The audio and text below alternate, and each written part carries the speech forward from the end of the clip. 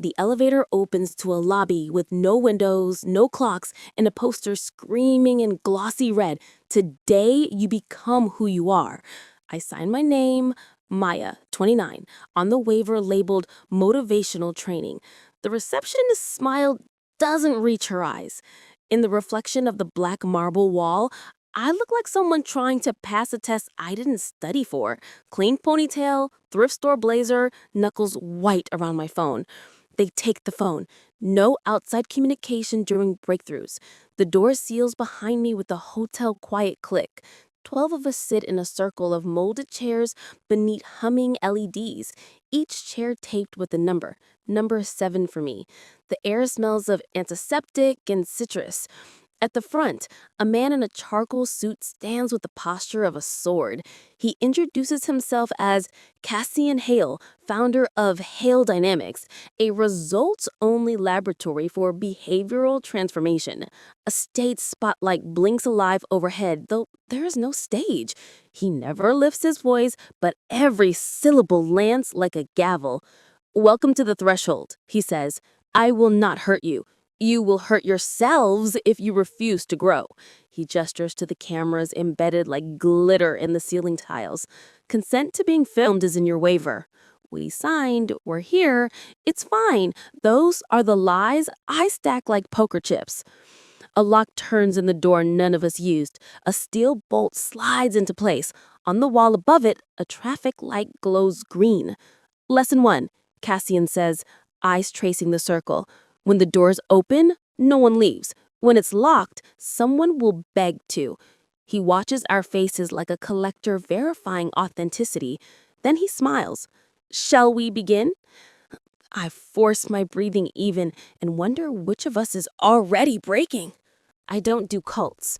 Not after my mother's second husband dragged us to a desert fellowship that turned into debt and rules about eye contact. I survived by noting tells, the breath before a lie, the rhythm of a practiced story. But I also don't do quitting. After Bright Peak Logistics downsized last month, I've been dining on savings and Craigslist optimism. 3 interviews, 3 will be in touch. When a recruiter messaged me about a paid leadership intensive in Portland, Oregon, I said yes before the page finished loading.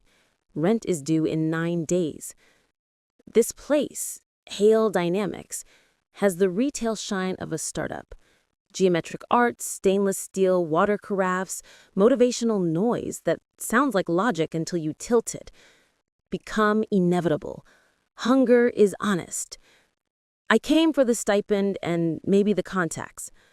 I keep thinking of my younger brother, Evan, who texts me at 2 a.m. from his delivery route. "You okay?" "Proud of you, May."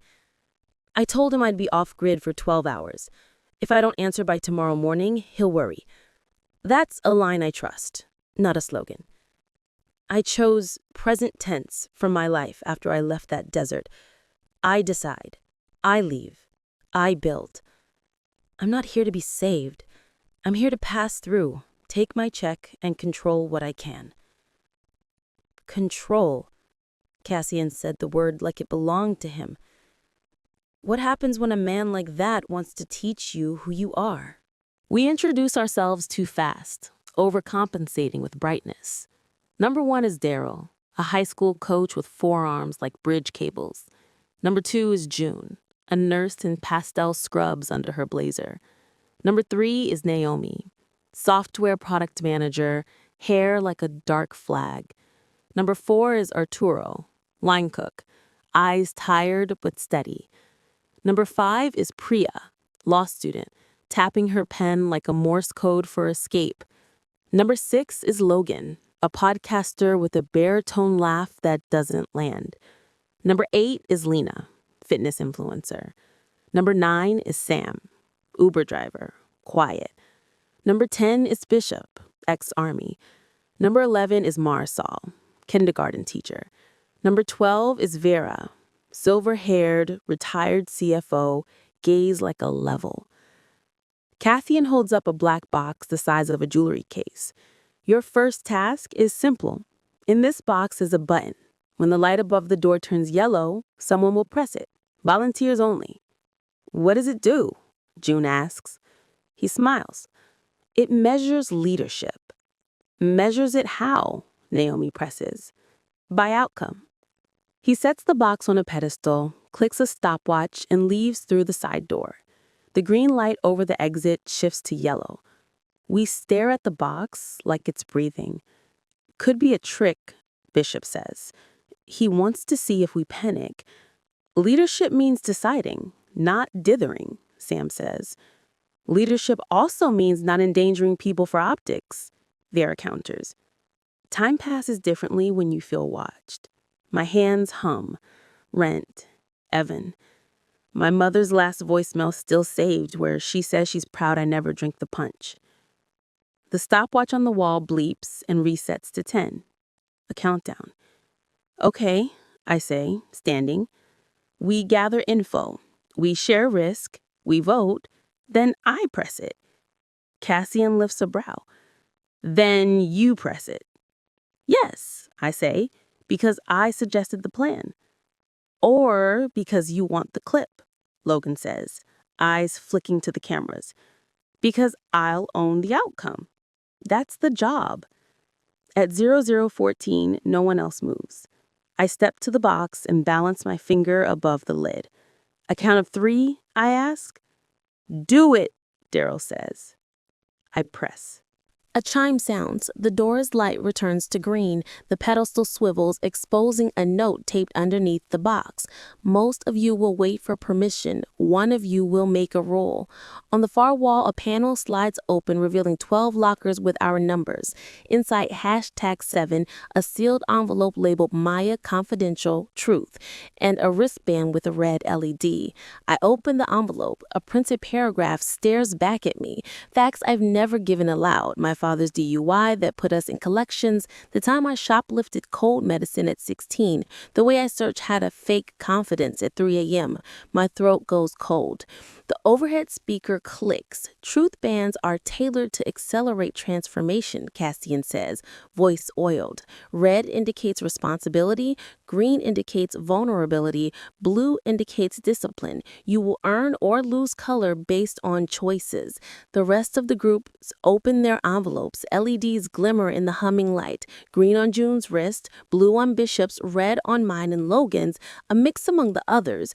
We trade glances like currency. Task 2, Cassian says. The room will divide into triads.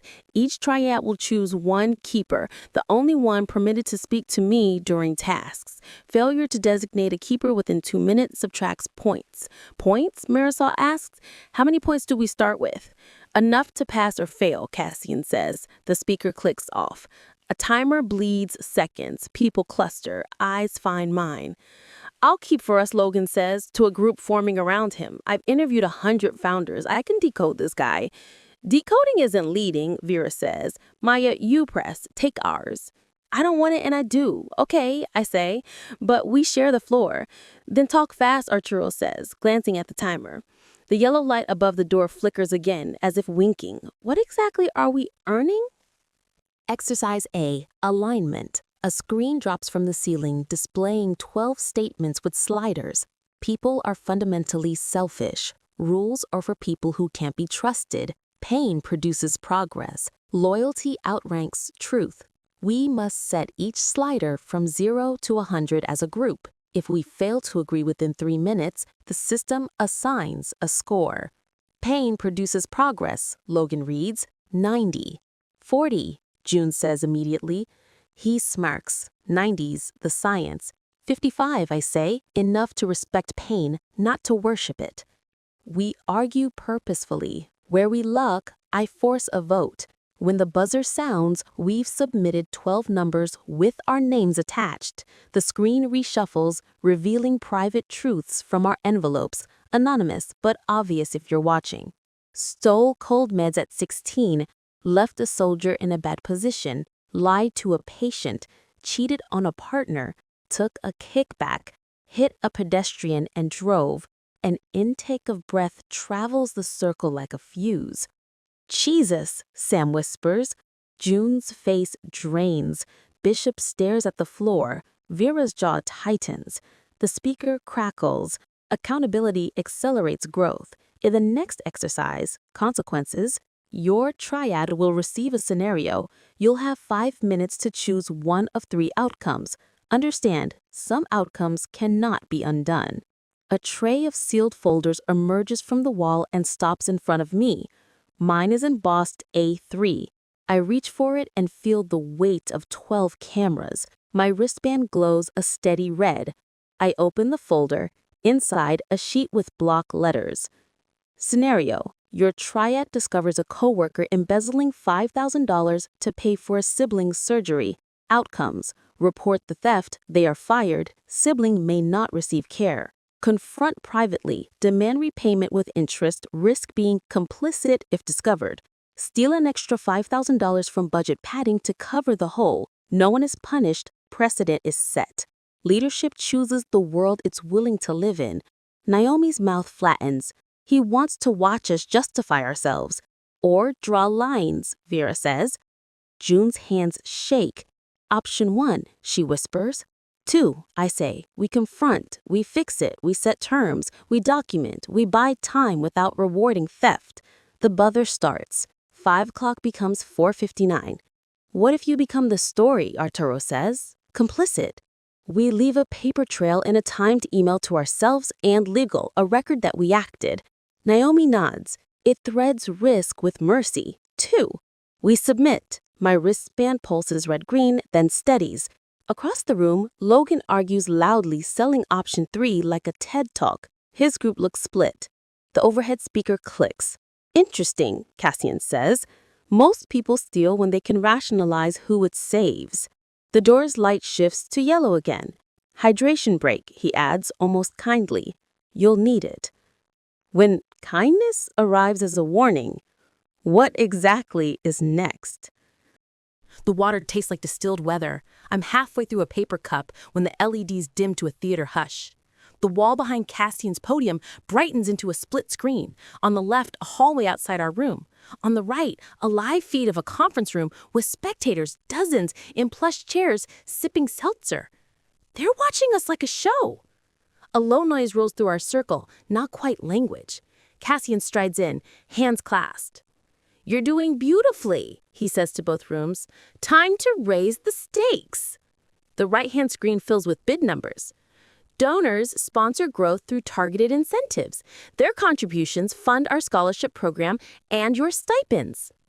A woman in the spectator room raises a paddle. A number flashes next to Logan. $2,000. What is this? Vera says, voice iced. Performance grants. Donors pledge toward participants whose choices reflect commitment. Higher earners receive expanded opportunities, mentorships, job placements, exit privileges. Exit privileges. The 2 words align like a sight. So this is a game show, Logan says, half laughing, half starving. Cassian's gaze warms. This is selection. The world already plays it. We simply refuse to lie about the rules. The green light over the door flickers, yellow, then red. The bolt engages with a thicker, throatier sound. From this point, Cassian says, doors open only by performance. Someone in this room will lead the cohort out. Someone will be escorted out. The rest will learn who they are. A donor paddles. Maya, $0 to $500. Another, $2,200. It shouldn't matter. It does. Cassian tilts his head at me. You wanted this responsibility. Keep it. My chest tightens. I think of Evan, his last text bubble gray and waiting. Exercise C, cut line. The screen displays our faces with scores none of us knew we were accruing. I'm number 2. Logan is number 1 by a nose. Marisol is at the bottom. Cut line rules, lowest is out, unless someone sacrifices points to pull them above the line. Sacrifices are anonymous, but donors, seeing your values, may respond. Marisol's breath stutters. She looks at us like children must look at teachers during fire drills, too trusting. I teach 5-year-olds how to share during snacks, she says softly. A countdown appears. 2 minutes. I tap the panel on my arm. It flashes, -20 if I confirm. That would drop me to number 4. Logan's eyes are lit like stage bulbs. This is a trick, he says to no one, to everyone. If we don't sacrifice, we prove we're committed to merit. If we do, we prove we're manipulable. Or, I say, we prove we're human. Naomi's jaw works. Bishop stares at his boots. Priya's fingers whiten around her pen. 114. I hit confirm. My score slides. Marisol rises one slot. Barely. The donor board pops. Maya plus $1,000. Logan barks a laugh. She plays martyr, gets paid. Or someone believes in her, Vera says. Her face gives nothing. 008. On 0, the room inhales. The screen posts the final list. Marisol clears the cut line by 2 points. Sam sinks to last. Cassian nods. 2 staffers enter in unison, all black, no insignia. They lead Sam to the door. As he stammers that he's fine, he understands. The locked door opens for them like a muscle it trusts, then seals. The spectator room applauds politely. Cassian smiles.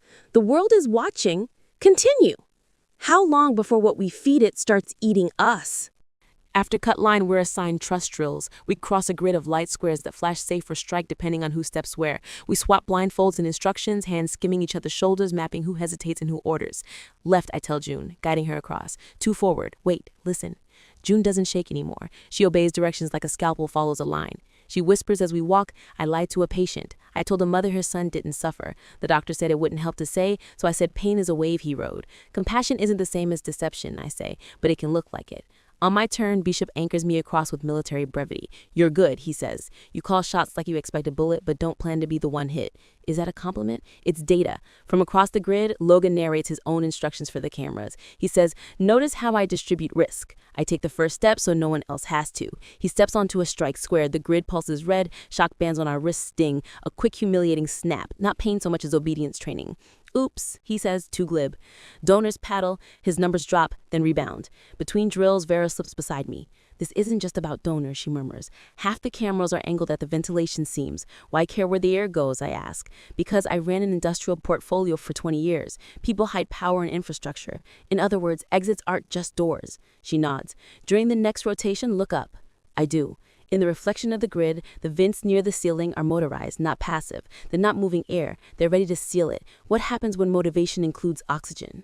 We break for 10 minutes in a smaller lounge with a glass wall facing a hallway, more aquarium than rest. On a coffee table, a tray of protein bars and a bowl of blank name tags. On the glass, a screen flicks on with a personalized feed. Our social media scraped, filtered, presented in a minimalist font. My last Instagram post, a picture of Evan holding a fishing pole. Caption, got him outside. A text bubble appears beside it. My unread messages. Evan, everything good? The timestamp is now. Someone is pulling live data. My stomach drops. I step closer. My brother's contact opens like an incision. The system renders his location dot SE 12th and Hawthorne, 10 minutes from here. A second bubble blooms. If you're still at that seminar, text me blue. The glass recognizes my face and offers a keyboard. Don't, Vera says behind me. Whatever you type belongs to them. He'll come, I whisper. He'll walk in here like a dog through a glass door. Then you handle it by not letting him smash his head, she says. We get out clean and you send a real text. The overhead speakers hum with a different voice. Female, clipped. Exercise D, invocation. Each of you will record a 60-second message to the one person whose opinion you fear or crave the most. Speak as if they can hear you, because they can. The recording station rises from the table like a magician's flourish. I see my reflection, tired, alert, almost convinced I'm lucky. I press record. Evan, I say, if you hear this, don't come in. I'm okay. I'm working. I will come to you, I promise. I mean every word when I say them. The more I mean them, the more I fear how they'll be used. When the recorder dings, the hallway glass polarizes from clear to opaque, like someone blacked out the world in one swipe. Promises only matter if you can keep them. Can I? The next task shouldn't be hard. Exercise E, mirror. Each triad grades another on integrity under stress. It's a rigged popularity contest with a moral wardrobe. Logan steps in front of our triad before I can. Maya fails mirror, he announces to the room.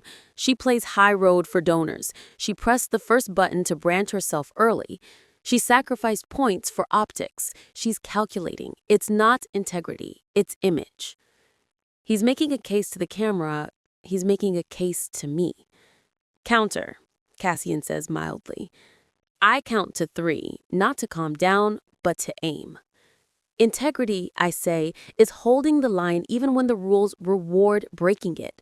I press the first button because indecision under surveillance is still indecision. I sacrifice because a teacher shouldn't be cut because she isn't good at games. If that's image, it's the one I can live with. The donors don't respond right away. The scoreboards stay still. I get the sense they're beyond titillation. They're collecting proof of concept. When the grades post, our triad earns a pass. Logan's earns a marginal. He smiles like he won anyway. Then the betrayal arrives in a quieter package. June pulls me aside near the water station, voice low. If this place goes sideways, I can get you one name. One name? She says, our keeper channel authenticated with a code. I saw the prefix, Hospital Vendor Network. If we guessed the node name, we could trigger a false fire protocol. Buildings like this open everything during fires and floods.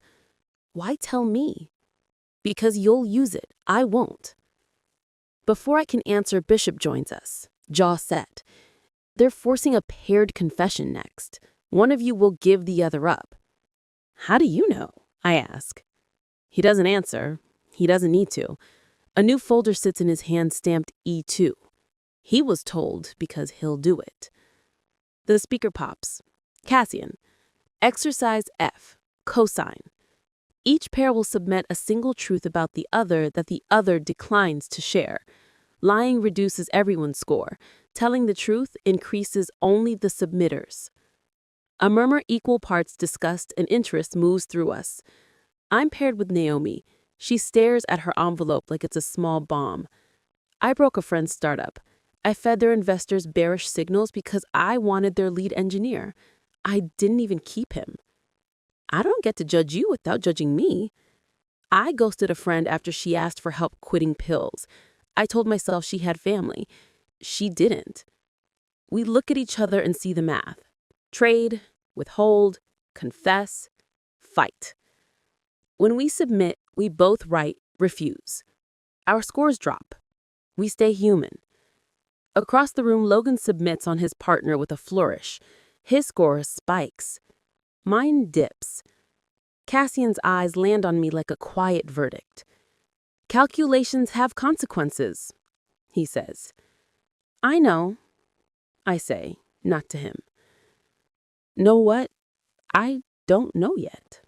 By late afternoon, the room hums with oxygen and bad fate. The vents fear-spotted purr to life. The red light over the door idles like a wound. Cassian returns with a hard case and sets it on a pedestal.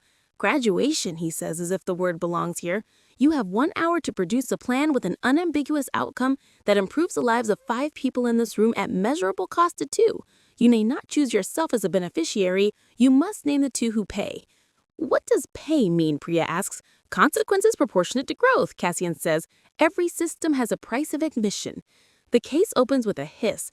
Inside 2 heavy bracelets with matte clasps and location tags. Not cuffs, but close enough. Those who pay will wear accountability bands for 30 days, he says. You will agree to submit to oversight in work and life.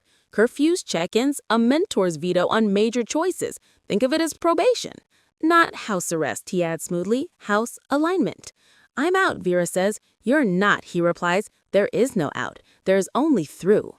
We form clusters, voices sharpen. The donor board wakes like a scoreboard in overtime. Logan comes to me with a dazzling smile. Let's be adults, he says. We pick the 2 least valuable for team outcomes. Bishop can pay. He admits leaving a man in a bad spot. And Marisol, kindergarten teacher, low leverage. We use the cost to find opportunities for Priya, Naomi, Lena, Daryl, and Sam if you were still here. That's 5. Clean math. You proposing we call her a soldier and a teacher, I say. Everyone grows, especially them. Growth isn't a punishment we enjoy. It's a risk we share. He grins sadly like I'm a beautiful, breakable idea. This is why you will lose. I find June, Vera, and Naomi. We build a counter plan. 2 pairs doesn't have to mean scapegoats. It can mean volunteers with actual power to bear it. If I take one band and Logan takes the other, 5 others walk with concrete opportunities. Interview slots with donor firms, direct mentorships, contract offers. Logan won't volunteer, Naomi says. Then we make not volunteering costume, Vera says. How, I ask. Make the donors choose between spectacle and structure. Give them a plan that looks like governance. If he refuses the band while you take one, you make his brand cosmetic. We pitch it to the room. I call it burden share. I take one band, and I propose Logan takes the other as the top scorer. 5 benefits go to June: paid time to pursue nurse practitioner, Marisol, classroom fund, Bishop, job placement with Veterans Outreach, Priya, summer clerkship, and Arturo, culinary scholarship. All deliverables measurable within 60 days.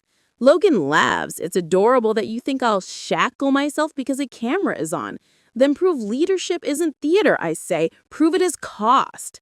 The donors stir, paddles rise, burden share fund $40,000 to $125,000. Cassian's eyes brighten with real interest for the first time. He enjoys the pivot more than the cruelty. Votes, he says, silent, majority rules. Hands lift, 8-3 in favor. Logan shakes his head, smiling like a man who sees a cliff and calls it a view. Bands, Cassian says, the room holds its breath.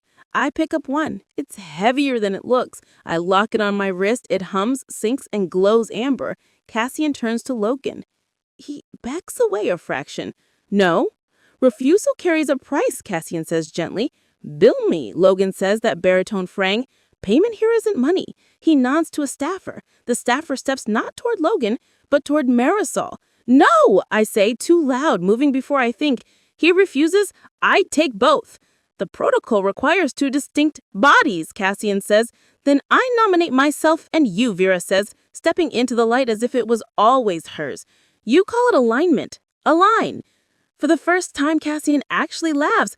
I don't participate. Then leadership for you is theater, Vera says, calm of an audit. The donors don't laugh. A ripple of paddles, Vera plus $20,000. Cassian studies the numbers. He doesn't like being a variable. He likes being the function. Logan, he says, voice soft enough to cut, if you decline, your exit privileges are revoked. You'll repeat the threshold with the next cohort. New donors, new cut lines. A specter flashes across Logan's face. The idea of being yesterday's content. He slides his wrist into the band as if it's not a shackle, but a camera angle. The clasp seals. 2 bands, 2 leaders, 5 beneficiaries. Deliverables in 60 days, Cassian says, almost pleased. The red light over the door shifts to yellow. The bolt retracts halfway. Halfway. What did we miss? The vents change pitch. The air thins by one undetectable percent that everyone feels. Naomi looks at me. Fire protocol, she whispers. Now.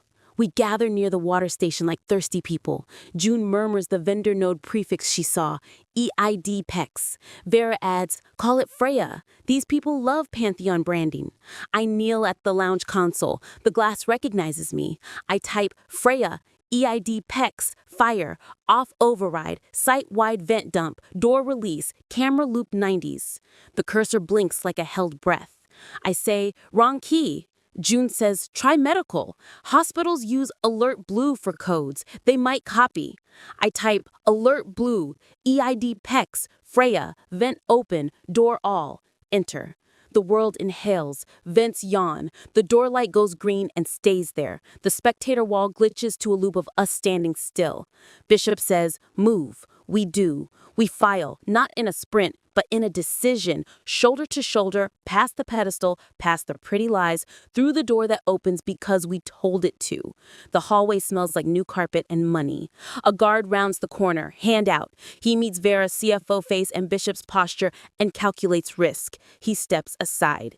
At the lobby reception, the receptionist reaches for a button. Naomi leans in with a smile that never touches teeth. Don't, she says. Your camera's already caught you doing great. We exit into Portland rain that feels like forgiveness hitting skin. Across the street, a news van idles. Someone called them, maybe a donor with the conscience, maybe a staffer with a soul. The glass behind us stays calm. No one runs after us. That's the trick of power. It looks bigger from inside. From out here, it's just the building. My band hums. It's real. So is what we promised. 60 days, 5 people. Someone laughs, then cries, then both. I take out my phone. Bars bloom like mercy. I text Evan one word, blue. His reply arrives instantly. You okay?